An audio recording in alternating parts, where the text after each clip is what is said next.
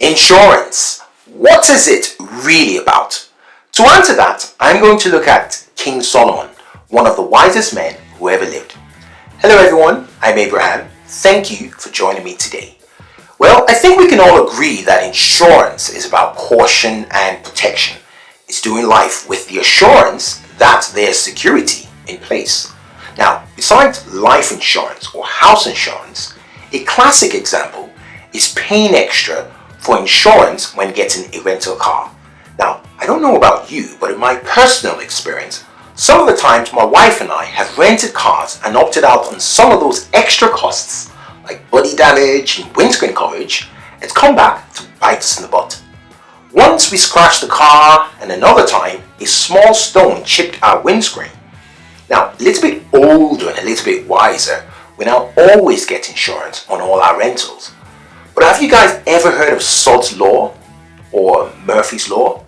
It says anything that can go wrong will go wrong. Now, thankfully, it does not imply that anything that can go wrong will inevitably go wrong. But it means we should carefully consider the future.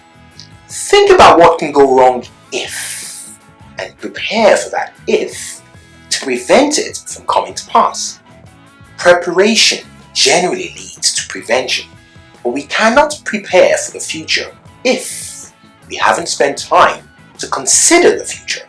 I'll say that again. We cannot prepare for the future if we haven't spent time to consider the future. Which leads me to King Solomon. In Ecclesiastes 7 verse 12, he said, "Money and wisdom are two types of securities, both forms of protection against the unforeseen circumstances of life." King Solomon argued that all the security we need in life boils down to two things: money or wisdom. First, let's start with money, the defense or protection that money offers. Now, let me be frank. We can pay our way out of a lot of different circumstances in life. Ecclesiastes 10 verse 18 to 19 says, "If you are lazy, your house will fall apart, unless of course you have money." Now, protecting your house here can refer to your material house, as in bricks and mortar, but it also refers to your body, which is a physical house, or your spirit, which is an invisible house. Now, money can buy you time, and time allows you to invest in your body. Now, good food, exercise, and rest are easier to achieve when you have money. With enough money, you can employ builders to come in and fix things up in your house very nicely indeed. You can afford to delegate certain responsibilities in life without any adverse effects for the future. Now, you can't delegate parenting. Don't even think about it. A house can refer to your spirit.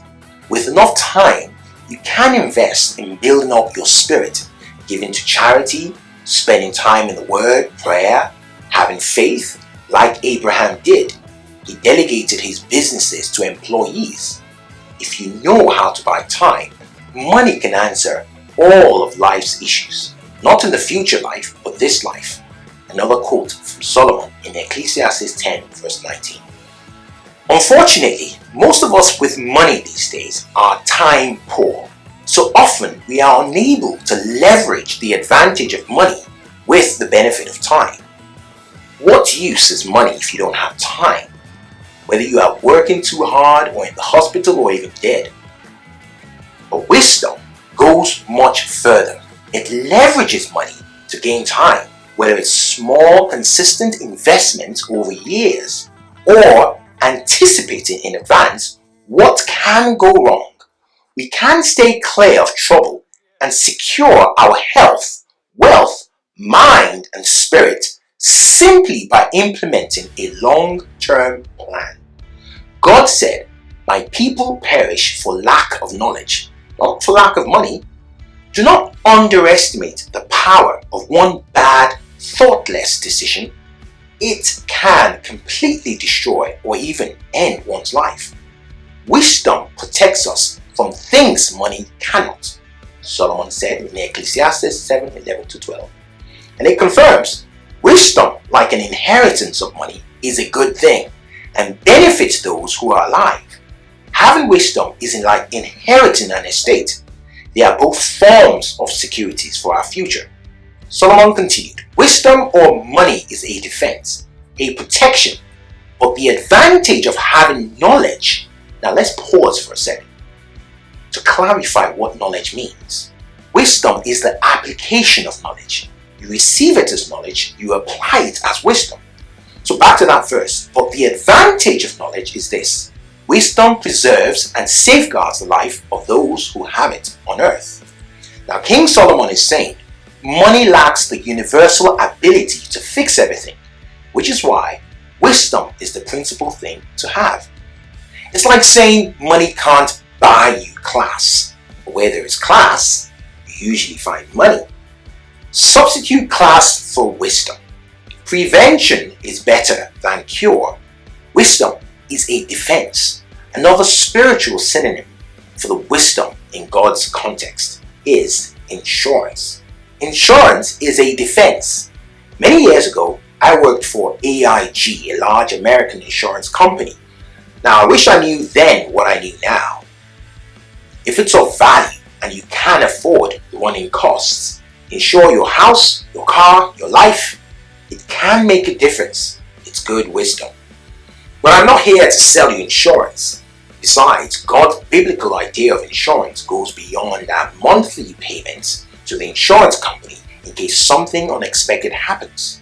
Because, as I said with Sod's Law or Murphy's Law, it's the ability to prepare for the unexpected in life, to minimize impact of a loss or a sudden downturn in your business.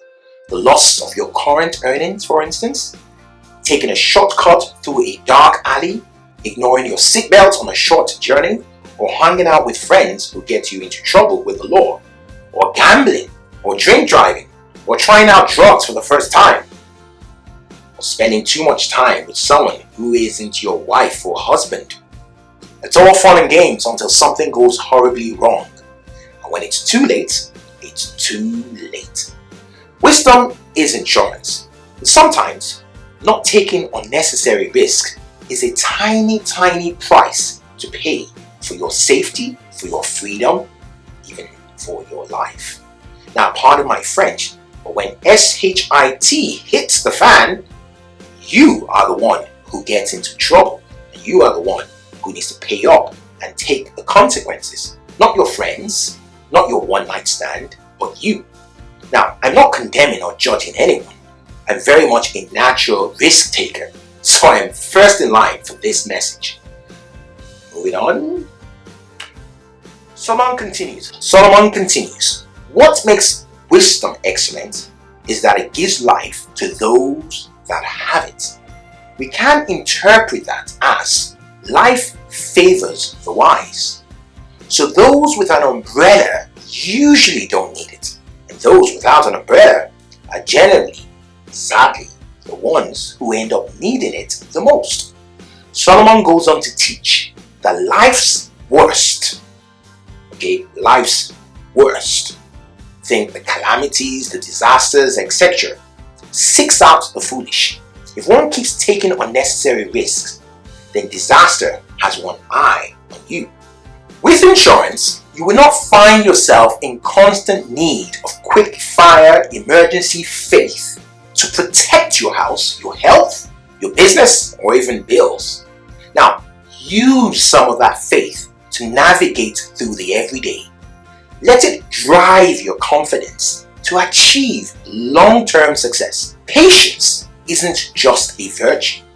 It's a requirement for executing wisdom. Hebrews 10 verse 36. Let's take your health for example. If you believe in exercise and healthy living, it won't benefit you until you take action. Believing is knowledge. Faith is the execution. It's wisdom to practice faith every day, not just in an emergency. If you haven't practiced using the muscle of faith in your daily life, it'll be a lot more difficult to use it in an emergency situation. For this reason, I support the prosperity gospel.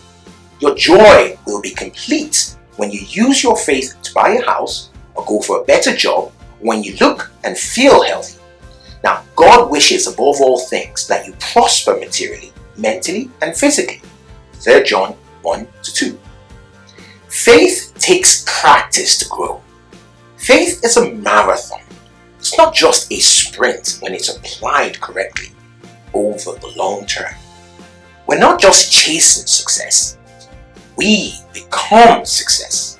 Solomon was a very wealthy man whose wealth can be linked to godly wisdom practiced through faith. Why do get-rich schemes disappear quickly? Because of the lack of good financial practices. Want to be successful? Practice success. Practice it all the time. Don't just learn to make money. Learn to keep it also. We are unique and shaped differently. God blesses me when I do what He has called me to do.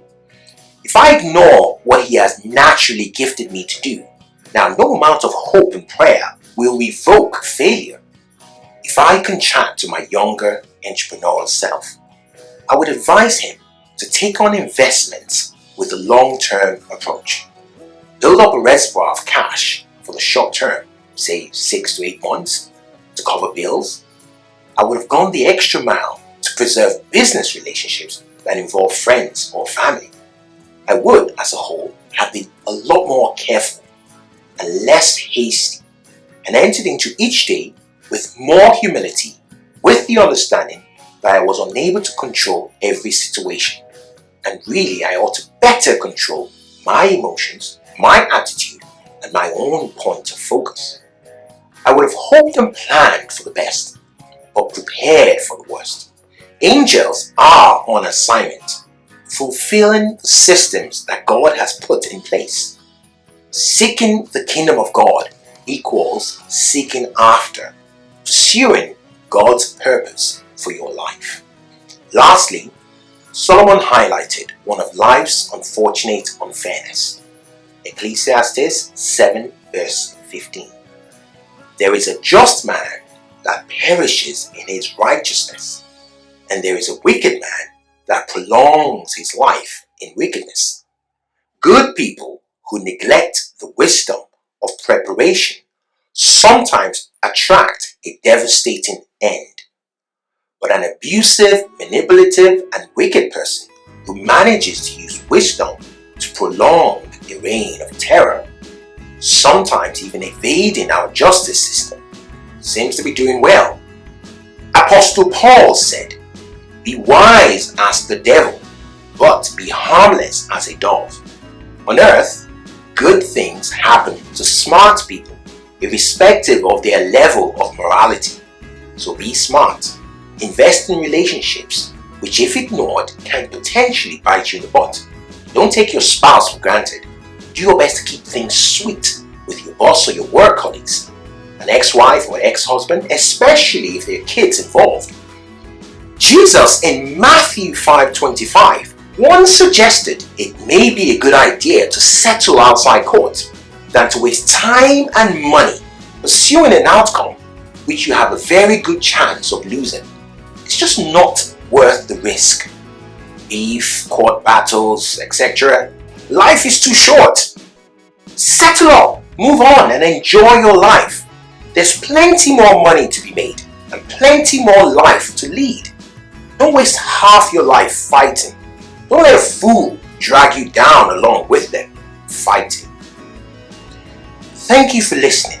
I hope this word challenged you like it challenged me. Do hit the like or the subscribe button if you'd like to hear more messages like this as well. I look forward to seeing you in the next message. Thank you and God bless.